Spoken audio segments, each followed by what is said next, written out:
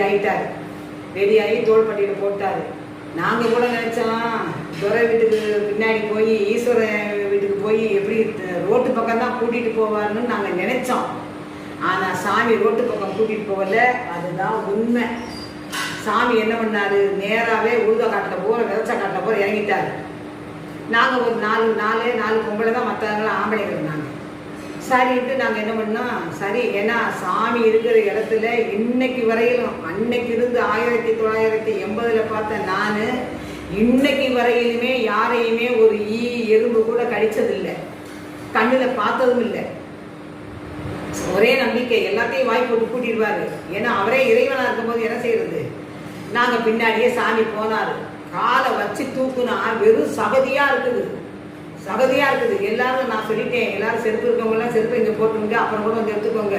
சாமி இப்போ ஊத காட்டில் கூட்டிகிட்டு போகிறாரு, விதைச்சிருக்குது பூரா, அவ்வளோதான் முழங்கால் வரைக்கும் சகதியாக இருக்குன்னு சொல்லிட்டு தான் நான் கூட்டிகிட்டு போனேன்.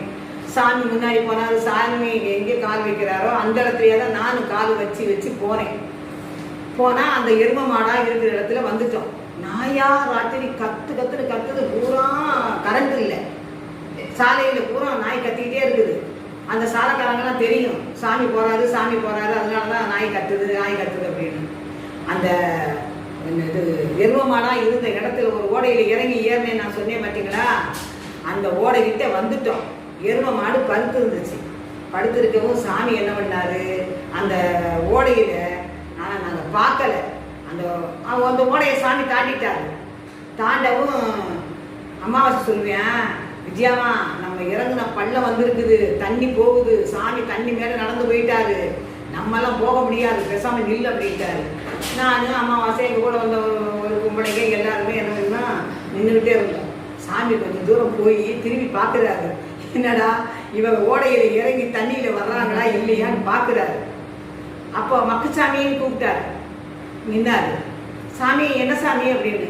சாமி ஓடையில் நிறைய தண்ணி போகுது சாமி அப்படின்னு. சாமி என்ன பண்ணாரு, கொஞ்சம் நேரம் அங்கேருந்து வந்தார். 10 அடி தான் போயிருப்பாரு. வந்தார். வரவும் சாமி பார்த்தாரு. சலன்னு தண்ணி சத்தம் கேட்டுச்சு. ஏண்டா சாமி, யாராவது கையில் காலி பாட்டில் வச்சுருக்கீங்களா அப்படின்னு கேட்டார். அப்புறம் ஒரே ஒரு அம்மா மட்டும் காலி பாட்டில் வச்சுருந்துச்சு. வச்சிருக்கவங்க சாமி இங்கே இருக்கு சாமி அப்படின்னு. ஏண்டா அமாவாசை அந்த பாட்டில் தூக்கி போடுறேன் அப்படின்னாரு. சரின்ட்டு சாமிகிட்ட அமாவாசை எப்படி செய்யறதுன்னு தெரியல, தூக்கி போட்டேன். போடவும் சாமி என்ன பண்ணாரு, ஓடைக்கு பக்கத்தில் வந்தார். இடது கையில் பாட்டில் எடுத்தார். இடது கையில் தான் பாட்டில் எடுத்து அந்த இடது கை பாட்டில் நிறைய தண்ணி, அந்த ஓட தண்ணியை பிடிச்சாரு. இதுதாங்க உண்மை. அதிசயம். இறைவனாக இருந்தவர்கள் செய்ய முடியும், வேறு யாரும் செய்ய முடியாது.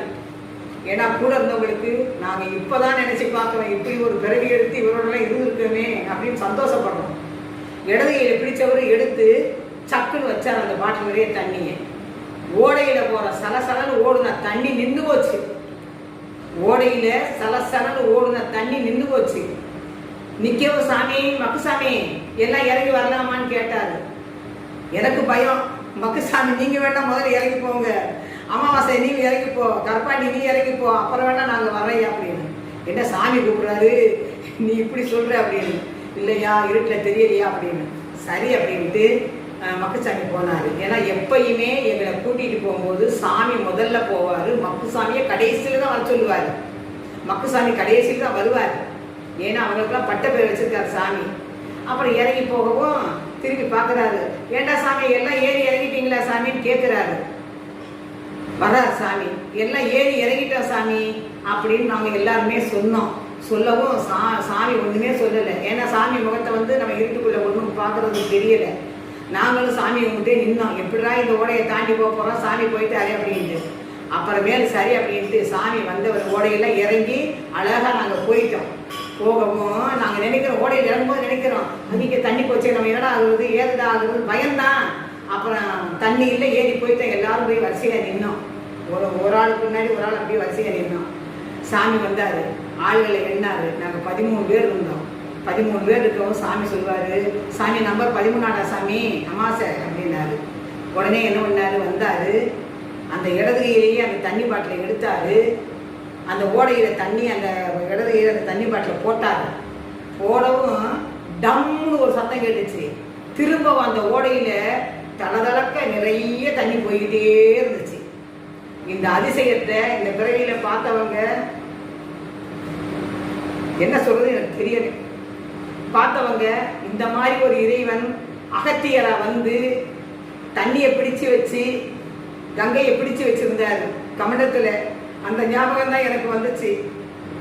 சாமி இப்படி ஒரு அற்புதத்தை, இப்படி ஒரு சொர்க்கத்தை காமிச்சதுல எங்களுக்கு ரொம்ப ரொம்ப சந்தோஷமா இருந்துச்சு. டம்முன்னு சத்தம் கேட்கவும், ஏடா டம்முன்னு சத்தம் கேட்கணும் விஜயாமா கொஞ்ச நேரம் நில்லுங்க எல்லாம் பார்ப்போம் அப்படின்னா தண்ணி சல சல சல சலன்னு ஓடிச்சு. ஓடவும் சாமி வேகமா போனாரு. சாமி எல்லாரும் வாங்க சாமி, வந்துட்டீங்களா சாமி அப்படின்னு சொல்லி சொன்னாரு. சரி அப்படின்ட்டு எல்லாரும் சாமி பின்னாடியே போனோம். நாங்கள் ஒன்றுமே பேச முடியலை. சரின்னு சாமி பின்னாடியே போனோம். ஒரு 4 மணி இருக்கும். 4 மணி இருந்தால் பால்கார சாலைக்கு போயிட்டோம்.